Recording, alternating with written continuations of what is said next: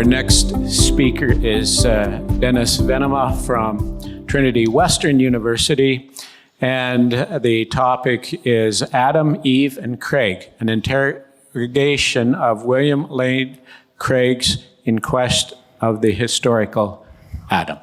Great, thank you. It's wonderful to be here. I want to thank the ASA for sliding me in at the last minute. I wasn't sure I was going to be able to be here, but it's been an absolute delight. And thank you for the warm welcome to my family and the students that are here with me as well.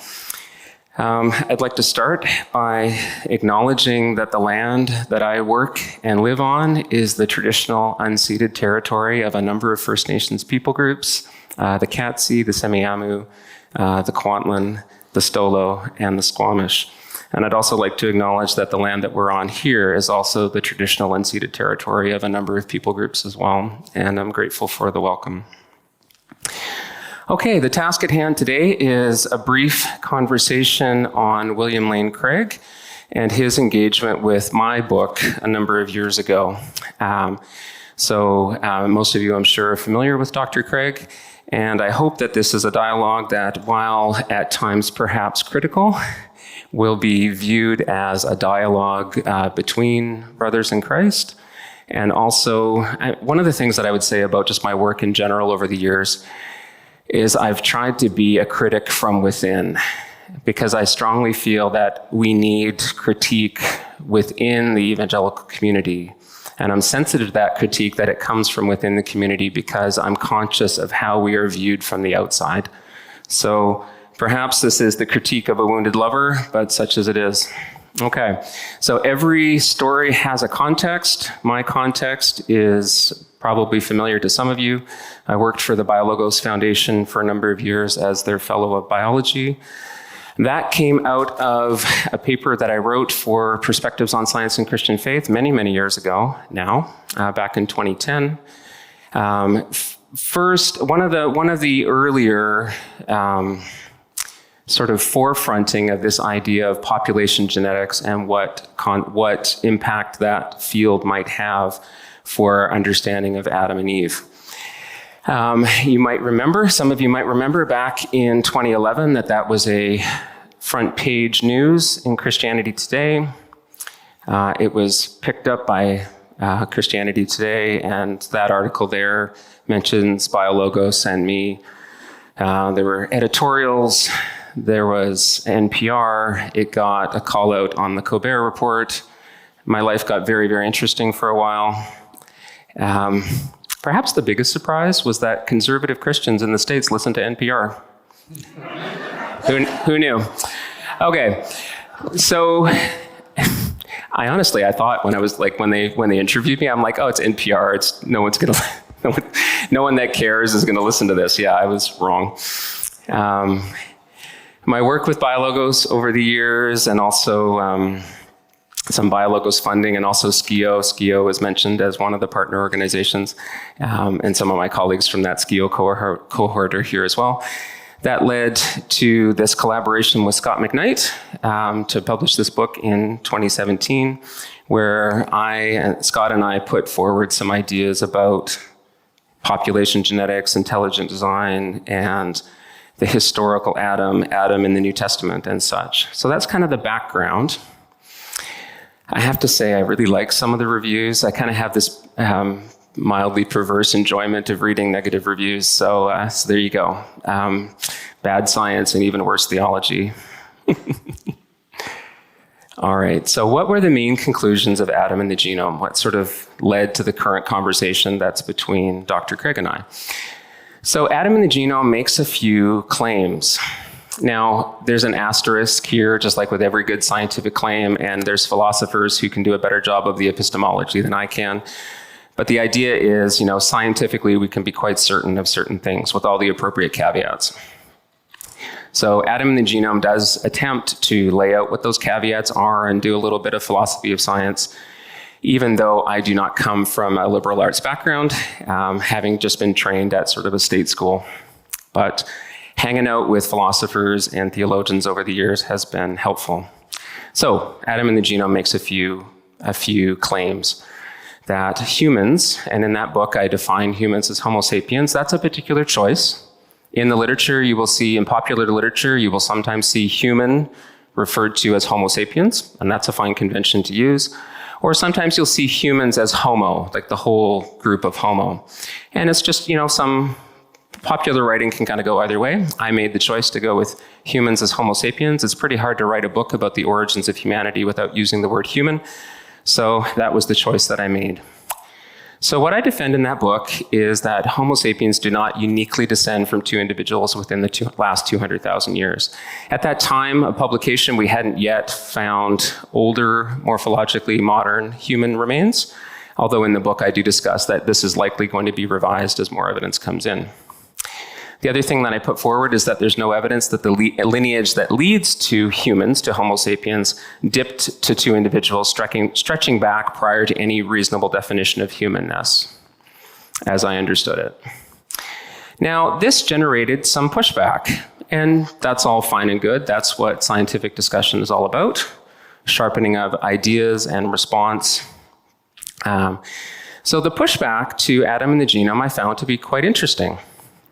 The pushback was, Homo sapiens does not necessarily equal human. We might need to think about reaching back prior to Homo sapiens arriving in the fossil record.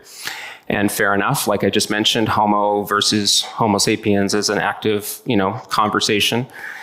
And one of the things I underscore in the book is that we're talking about a gradient here, right? There's no easy line of demarcation anyway, so that ambiguity is already kind of baked in. So that was the first pushback. The second pushback is that ancestral population sizes are averages. Absolutely they are. We don't have a generation by generation snapshot of everything in the past. I mean, wouldn't it be lovely if we did? But we absolutely don't. So one of the pushbacks is that perhaps because these are averages, perhaps hidden in that average is a very sudden reduction to two individuals, followed by exponential growth back up. And that little blip is enough that it would be fast enough that it would just be lost in the average. So even though we can look at averages, perhaps hiding in that average is this rapid dip and recovery. And kicking that around with some people led to a conclusion that, yeah, even something that is extreme as that thing, that would actually be hidden to current methods. And we can be fairly confident that that has not happened within the last 500,000-ish to 700,000-ish years. It kind of depends on where you place the Neanderthal divergence, because obviously once we're talking about Neanderthals diverging, we're talking about more than two, as it were. Okay, so given the brevity of the talk and time, and also because I want to leave time for questions, we're not really going to do a deep dive into the lines of evidence here. This slide is just to point out that the data are not in dispute. The conversation is not about what the data show, as it were. The conversation is, in light of this data, what are possible options and what sort of maneuvers might need to be made to find options, as it were. So those that, there's good resources available. The BioLogos website has a lot of good stuff. And Steve Schaefer's stuff is absolutely fantastic. Steve at the Broad Institute has worked with BioLogos. There's still a ton of my stuff up on BioLogos as well, although it's been a number of years since I've written for them.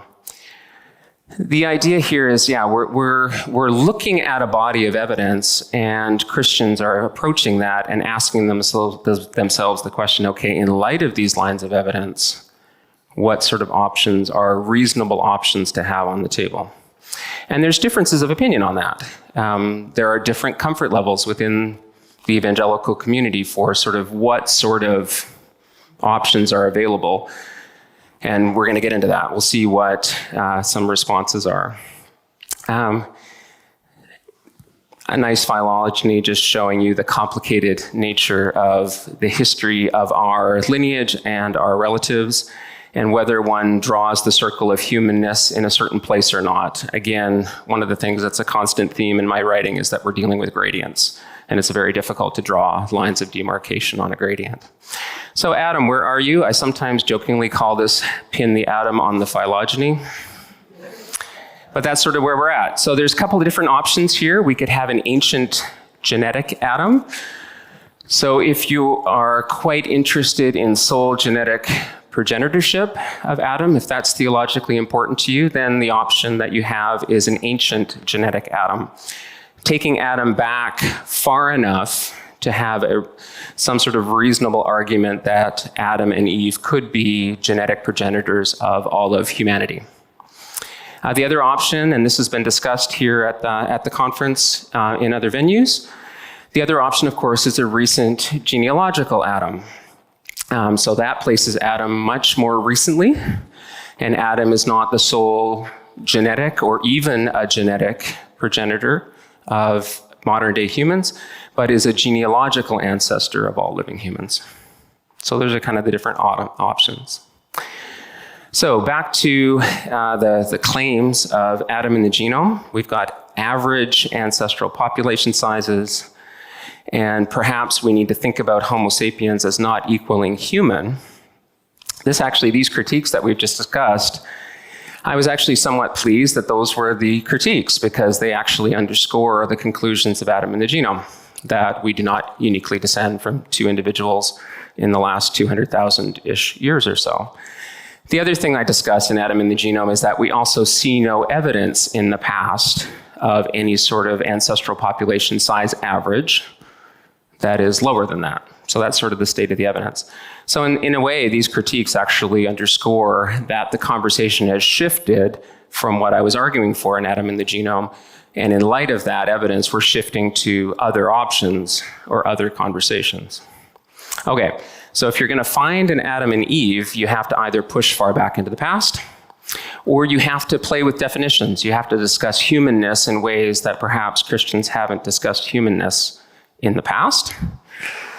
And you either have to invoke major or minor miracles in order to get these situations to work. So pushing far back into the past might appear to be kind of the less miracle-laden option. And I would agree that the miracles there are sort of more subtle. Certainly recent genealogical models require what we would consider fairly major miracles, like de novo creation of a pair or something like that, within a biologically compatible, but some ways not, however one chooses to define human in a genealogical context. Okay, so I think of these two options as either, and this is a bit snide, so forgive me again, this is me after a drink or two kind of thinking about these options. But again, I hope you hear it in a charitable tone. So I think of this as kind of the error bar Adam. It's like, oh, here's one solution. We'll just take Adam and Eve and run them back to the error bar of current technology. We'll just make Adam and Eve old enough that we can't be certain that they're not back there. I have concerns about that because whenever we kind of do that maneuver before, error bars have a habit of moving. This error bar Adam is already back at 700,000 years ago-ish, 500 to 700,000 years ago. Could that go farther back? Possibly, based on current technology or future technology? Absolutely. I think of the recent genealogical options kind of as a deus machina kind of a thing. It's like, oh, this unexpected resolution of the problem, kind of from Greek theater. So my talk here, of course, is Craig, because Craig has this book where he engages with my material, and Craig chooses the ancient genetic Adam, sort of the error bar Adam. Okay, so an ancient genetic Adam is simply taking Adam and Eve as a couple far enough back in the past that we cannot disprove that they were there. Okay. So first off, let me start with some praise for Craig's work. And it's a lovely book, and the students that are here with me can attest that I assigned it to them in their evolution class this last semester. And the reason for that is that obviously, even though I don't agree with Craig, I think his ideas are worth substantially engaging with. And he has done his homework. He has taken the genetic and paleontological record very seriously. He's attempting to achieve an intellectually rigorous position. Which, I mean, if you're familiar with William Lane Craig, you know that that's definitely his thing. He wants to deal with the current evidence as we have it to the best of his ability. So kudos there to Craig. Craig also does not favor recent genealogical Adam scenarios and favors an ancient sole genetic progenitorship model, although whether or not Craig actually goes in for full genetic progenitorship or has some wiggle room for perhaps kind of genealogical-ish kind of things within that ancient Adam, you can see that in the book. It's nuanced. But here's a point of agreement between Craig and I. Even though I find both models unsatisfactory, I find recent genealogical models to be more problematic. So it seems that Craig and I agree on that particular point. You got to say nice stuff before you say the tough stuff, right? Yeah. Craig also fully recognizes that future advances may push back his Adam, which is fine. That's good. I think the way that Craig has sort of laid the framework for how he's dealing with things theologically and with respect to Genesis, I think is going to be robust enough for that pushback. He's already sort of working with the tensions of a 700,000-year-old Adam and squaring that with the culture and setting that Genesis is depicting. So he's already kind of laid some of that groundwork. Okay, so there are challenges, of course, for this error bar Adam. So the idea that hiding in these average population sizes prior to 700,000 years ago, that there's a sudden population bottleneck and a rebound from that. That is what I would kind of call one of the first sort of minor miracles, that sort of is there and we just can't detect it. So I'm not a philosopher, and I kind of made these up, and my philosopher friends will probably take me to task later, but I call this kind of special plead one or minor miracle one, right? These two individuals would also happen to have either maximum or near maximum genetic heterozygosity, because we're dealing with something here called the time to the most recent 4 alleles or ancestors with genetic diversity. I'm not sure Craig he's done his homework to know that that's kind of part of the conversation. But the idea that this bottleneck would also fortuitously have two individuals that are also very genetically diverse from one another near maximum, that is not likely. Especially if those two individuals are geographically close to one another. So I would kind of say that this is a special plead 2 or a minor miracle 2, maybe not so minor. Here's the one that I really struggle with. I really struggle with this one. Craig has a view that these individuals had either modern cognitive capacity or the very much sort of the potential for modern cognitive capacity. I'm not exactly certain. You can read the book exactly where he stands on this. But there is no evidence for many behaviors that we consider modern in the archaeological record for a span of many 100,000 years after this point.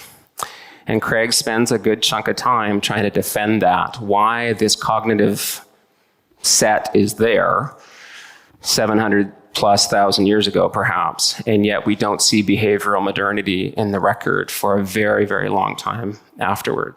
So I would sort of say that's a special plead 3 or a minor, maybe not so minor miracle 3. Okay, so challenges here, and again, those are kind of the bullet points. Here's kind of a summary. The biggest issue I have is that there's no positive evidence for support of any of these conjectures. We just don't have any positive evidence for this. From an apologetics perspective, the best that can be said about this proposed scenario is that we can't disprove it. And I think we need to sit with that for a bit and ask ourselves some hard questions about that.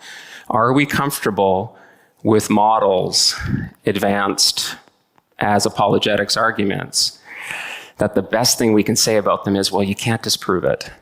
I pause there. That one's hard. This puts this argument, unfortunately, and this as an aside, like not as an aside, if you know William Lane Craig, he doesn't normally engage in apologetics arguments other than strong ones, right? Craig and I don't see eye to eye on many things, but I have a lot of respect for his work, and he's done a lot of good work apologetically, but I think this is a bit of a misstep. I think this particular choice that he's made is not in keeping with his prior corpus. It puts this argument right into the absolutely weakest tier of apologetics arguments. You might be familiar with ideas like Russell's teapot or last Thursdayism.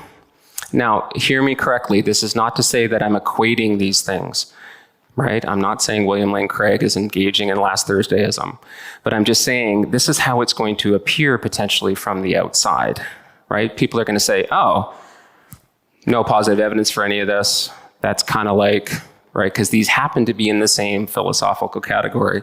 They don't have any positive evidence in their favor, and they too cannot be disproven. Okay. Christians, I think we could admit this. If these kinds of arguments were being advanced by somebody from a different faith, if a Muslim or a Hindu or a Mormon was advancing these sorts of arguments, I think we would rightly reject them as weak and unsatisfactory. We would say this is a weak argument and it reveals the intellectual weakness of the position. And I'm afraid that what we're doing here is that. And I am saying we because I consider myself an evangelical Christian and within the camp of Craig as a brother in Christ. I'm very much concerned about the missional impact of embracing or even entertaining at some sort of serious level these sorts of arguments, because I think it signals to intelligent observers outside the faith that Christianity may not be an intellectually rigorous position. So these arguments are inside arguments. They're arguments that are intended to shore up the faith of people who are already committed to a concordism of some variety. If these arguments have any sorts of value, it is only for those of us who are already within the fold, who are struggling with this, and we feel that, to give up a sole genetic progenitorship atom, that somehow comes some kind of loss. These are a net negative, in my opinion, from a missional perspective. If I'm going to go and share my faith with a colleague who is not a believer, who is a geneticist or just a scientist of some nature, or even just a well-read layperson, and I advance this sort of argument, why should they accept this sort of argument when they would similarly reject, say, Mormon apologetics for why the archaeological record of North America looks nothing like the Book of Mormon? And I wouldn't have a good answer for them at that point. I really wouldn't. Okay, we're near the end. Sometimes people ask me sort of like, Dennis, you must have been great to write that book. And there's another book out with Cambridge now and that kind of stuff, which is fantastic. I've been really blessed to have some amazing co-authors and I've happily ridden their coattails. This actual article is among my favorites. If you can be an author and your published things are your favorite, like your kids are your favorites, this one might be the favorite child. It's from a slightly different context. This is many years ago, 2011, when I was having quite a bit of back and forth with Stephen Meyer and his book, Signature in the Cell, and about the origin of the genetic code and whether you build an apologetic on the presumed failure of science and such like that. The parallels here are not absolutely the same. I don't think Craig is building a God of the gaps argument per se. Slightly different, but some of the principles in this article are relevant here. Population genetics is an advancing science. That error bar is probably going to get shifted further back. What happens when that error bar is in the Australopithecines, potentially, or who knows what? Then what happens? What happens to the faith of young people who kind of held on by their fingernails because of Craig's arguments? I'm not sure. Do I also have, empathy for those students who are kind of hanging on by their fingernails? Yes. But I don't think a more elaborate and better concordism is the solution here. I think a better solution is to have a reflection about whether or not concordism is the best option in the first place. So that quote from Dietrich Bonhoeffer, of course, is one of my absolute favorites. It's in Adam and the Genome as well. I'll leave that up on the slide for a while. The next slide just says questions and discussion, so I'll just leave this there if you'd like to read, and I'll welcome your questions at this point. Thank you very much for your attention.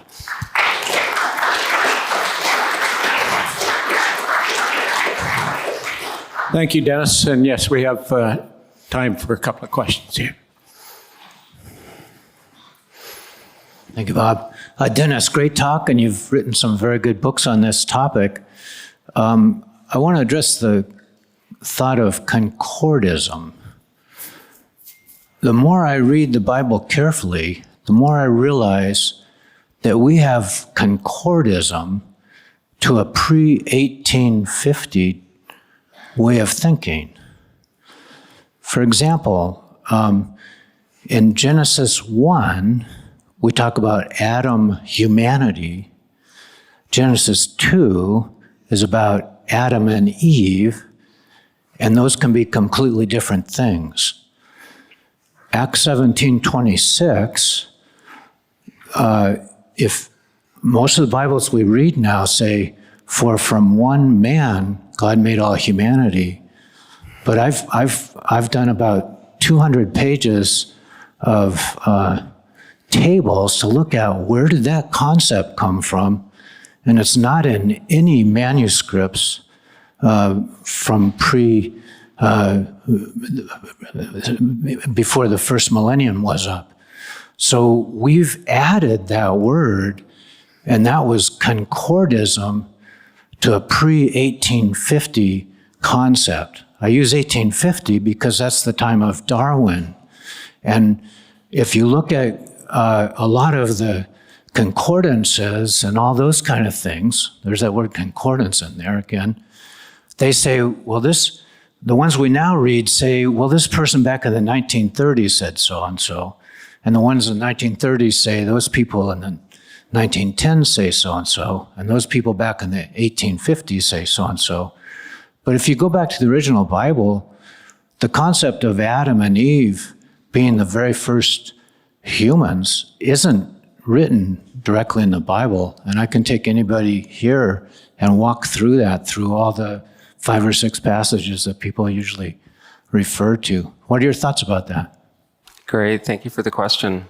You know, I'm going to shamelessly plug Scot McKnight and his half of the book. Scott did some really fine work, because he tackles the issue of, wow, Adam references to Adam and how that's used in the Old Testament after the early chapters of Genesis. Adam is kind of a no-show for a while. So why is Paul picking up Adam and using Adam in these ways? And the reason for that is there's that whole intertestamental period where Adam sort of resurfaces, and Adam and Eve, well, usually Adam, he's used in various theological ways in intertestamental Judaism. So Scott's main contribution to that conversation, the whole scholarly conversation on this topic in that second half of the book, was to take us through, what does it mean for an ancient Jew like Paul, trained as a rabbinic Jew, to pick up and use Adam in ways. And as Christians, we kind of just mentally go, oh, right, Paul's just going back to Genesis, just like we learned, right? But Paul is not going back to Genesis. Paul is drawing on a tradition, a rich rabbinic tradition from the intertestamental period. So there's some good work there. Another shout out, of course, would be to people like John Walton and Pete Enns and whatnot. Lots of good resources there. Thank you for the question. Another question. Does Craig deal at all with our best kind of historical, critical, biblical scholarship on how the first chapters of Genesis were produced and located within their own ancient Near Eastern context for other kinds of creation myths? Is he saying that 500,000-year-old Adam would have been able to, there would have been sufficient, language and cultural transmission of knowledge to kind of preserve that story orally until about the time that our biblical scholars say that these texts were actually written down? I'll admit to not having thoroughly read the first chapters of the book. I've kind of skimmed it, but of course I had to focus on the later chapters. So yes, Craig does interact with that. But I don't have the depth to sort of say he actually goes here or there. I mean, I didn't really get to it in the talk, but the observation that a non-concordist take on this whole thing also aligns best with recent and not so recent biblical scholarship about the ancient setting and context of Genesis is sort of icing on the cake. Absolutely. Yeah. Thanks for the question. Okay, one more here. You commented about William Craig and how his work is seen outside the faith community. I grew up in central Pennsylvania, and to me, the word myth was typically meant Greek mythology. This is not true. And Craig, you chose to use his model and call it mytho-history, which troubles me greatly because as his story is heard across our young people in churches, it says, oh, that's just myth. That makes the Bible. They perceive he's saying that the Bible is myth-type history, which of course is not the academic definition. I'd like to hear your opinion. You know, I can give you my observations as a professor, as a number of my students interacted with his book, and they found it very, very helpful. Very helpful. His interaction and his sort of approach to that is anything but simplistic. And my students did find it very, very helpful. And I was grateful that I had assigned the book for that conversation. It generated very good conversations. Yeah, my concern is not so much about its impact within the faith. I think it's what we need to be talking about. My concerns are about its appearances from the outside primarily. But thanks for the question. Great. Well, thank you, Dennis. Let's thank Dennis, all our speakers, and also our technical crew this morning who did such a fine job.